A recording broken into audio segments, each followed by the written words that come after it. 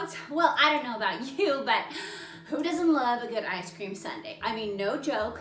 Miss Amy, if she could, would eat ice cream every single night. I really think it puts me in a happy mood and that I just need it. I think I ate it every single night growing up as a kid. I wish I could still be a kid, but my body won't let me.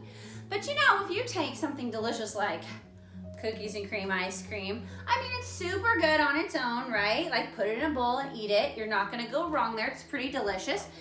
But if you took chocolate syrup and didn't put it on ice cream, but just tried to like eat it, it would kind of be weird and not really quite as good. And on its own, it doesn't really make sense. And what about some whipped cream? I mean, sure, you could squirt some in your mouth, right? But man, when you put that on top of the ice cream, that makes a lot more sense. And that's not all, but what about some sprinkles?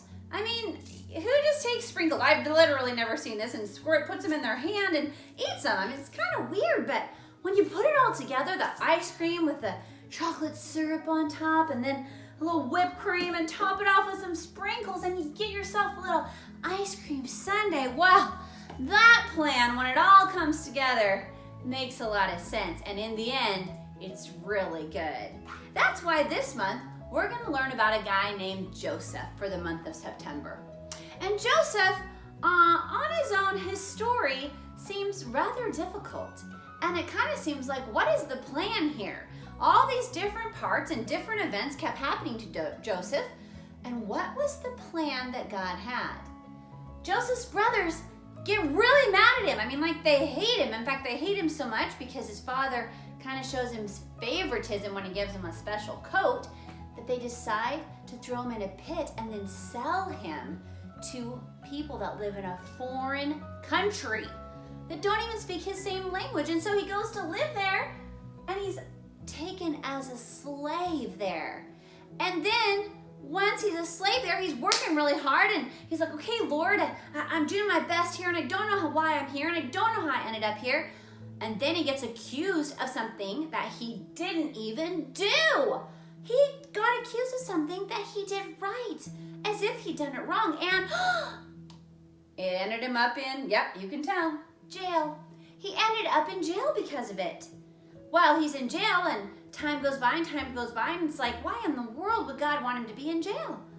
And he interprets some dreams, and eventually the Pharaoh, who's like a king, has a dream, and Joseph is able to tell him his dream, and he says, awesome, you're gonna be second in command, and you're gonna be in charge of this dream. And you know what? Your dream becomes true because God was in control. And in the end, he ends up saving this whole nation that he ended up going to live in as a slave to this foreign country called Egypt.